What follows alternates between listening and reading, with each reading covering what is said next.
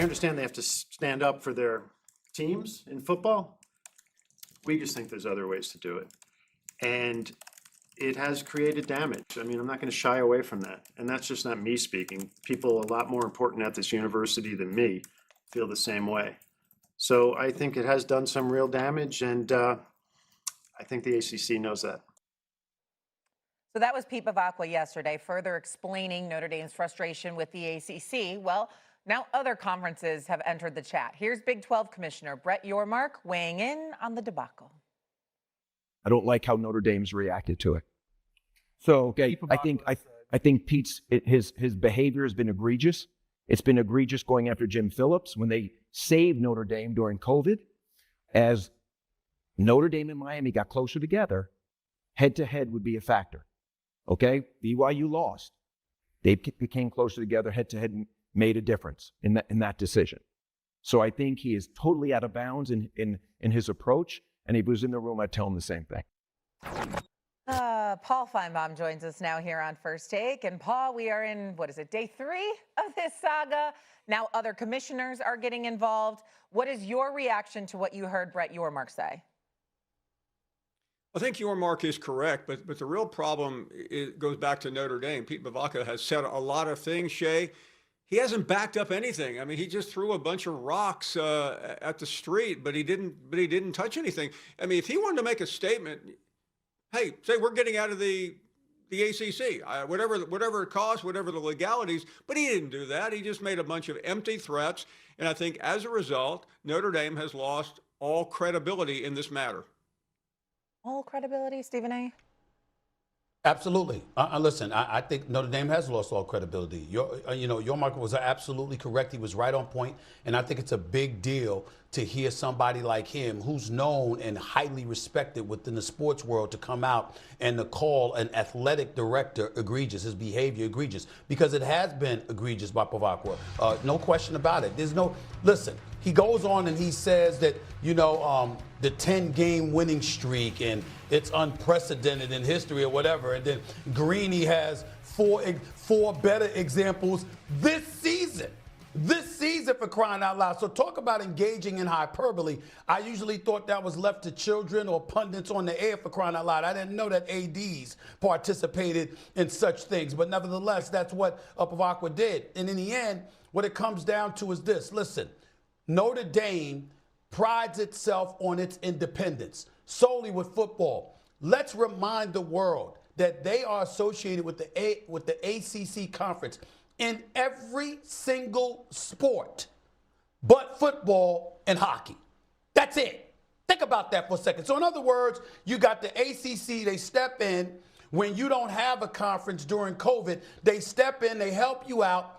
You don't sit up there and repay them by becoming a part of their conference. No, you still say that was a one-year deal, but now that things are inching back to normal, we still going to hold on to our independence because we have no desire to look out for you like you looked out for us and be a part of your conference, uplift it, and share revenue with it. This is the decision that they made. And then what is the crime committed by Commissioner Phillips in the ACC?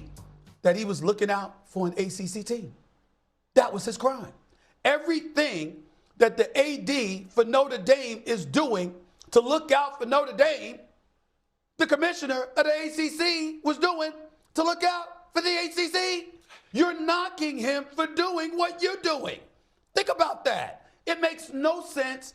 The more this AD for Notre Dame opens his mouth, the more embarrassing he becomes by the day. He needs to zip it, sit his behind down, go back to his office, or just admit that you're clamoring for camera time, because that's usually reserved for Marcus Freeman and the players. There's no reason for us to see or hear from the AD of Notre Dame, especially now, because every single day he opens his mouth, he is embarrassing himself more and more and more by the hour. Shut up. Sit down.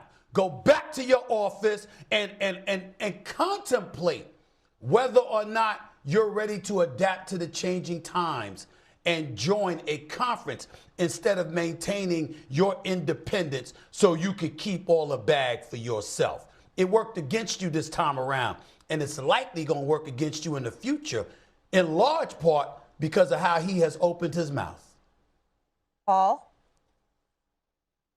Exactly right. And the conference issue is so important. And I think sometimes we forget, Shay, about the ACC connection. And I want to go back to something your Mark said a minute ago. In 2020, the conferences were in trouble. We all remember the Big Ten, the Pac-12. Stephen A. didn't join the SEC and the ACC and the Big 12 until 2 months after they started playing games.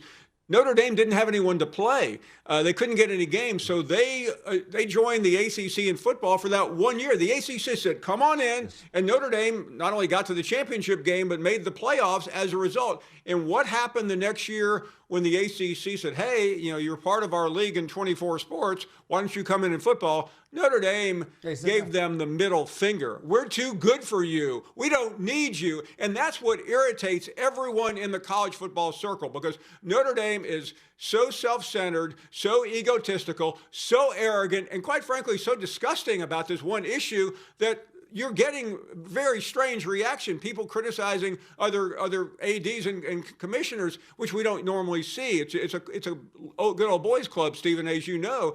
And this is a bad moment. Notre Dame could have taken the medicine, say we deserve to be in, and you know what? They could have let Marcus Freeman be the front man, because he is respected by everyone. And Pete Bavacca, who was respected, this is a guy that played golf a couple of months ago, Stephen A., in August, with Greg Sankey and President Trump, trying to figure out the problems of college football. He was on that level. He was the go-to person for the president of the United States. And now he is a laughingstock, and that's bad for Notre Dame.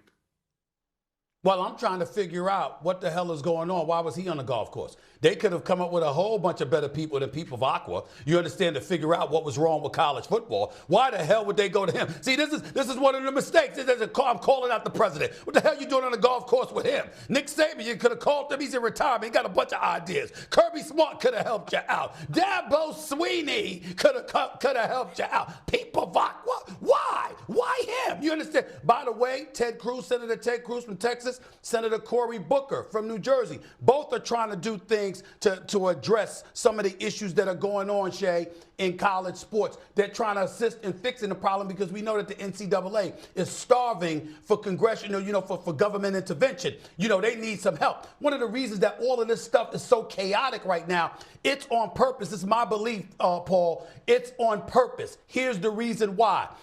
You never was receptive to NIL, transfer portals, things of that nature. We know that student athletes were being exploited by the NCAA for years. So what happens?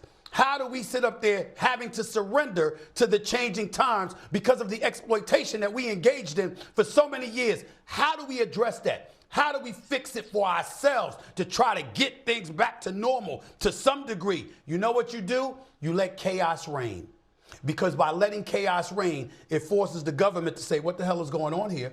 We need to make sure this house gets in order so we can protect the sanctity of quote-unquote amateur sports, at least to some degree, find a way to look out for the student athlete, but in the same breath, get some level of core certainty on the part of the NCAA and its institutions under its umbrella so we can move forward in some kind of coordinated fashion and things don't end up too chaotic. That's why you have those elected officials that I brought up that have been working diligently to address this problem. The point that I'm making is, it don't involve Pete Bavacca, because this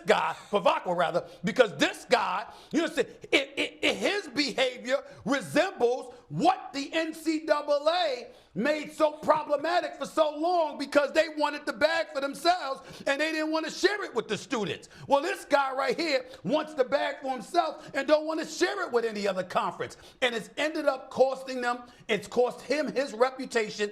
And by the way, Paul, we can't rule out whether or not it might cost him his head coach. Floor is yours, Shay. Okay. I know that was a good transition.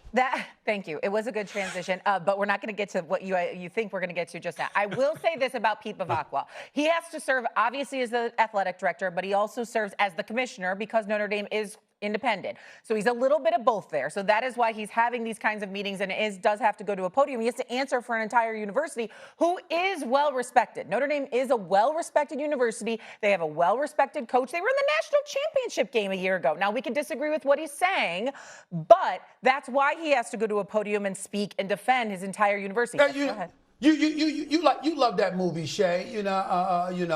Jerry Maguire. I love it. You had me at Give me the hello. money. You know what? What you lost me when you said he's really a commissioner, de facto commissioner as well. No, he's not. He is not. He represents one institution, one, not a league, himself, his institution. That's it. That's the problem. If he represented a league, maybe he'd have some empathy for what Phillips was doing. Maybe he'd have a degree of understanding, even though I can't understand why it's such a struggle for him, since basically that's how he's acted over the last few years, his damn self. Go ahead, Paul. And by the way, it doesn't really matter, but he was friends with the president, Stephen A. Bavacqua was the head of the PGA of America, so they did deals at Doral.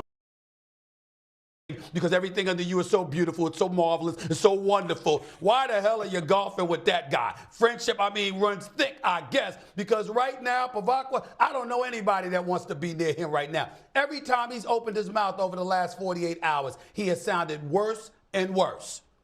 Seriously. Okay.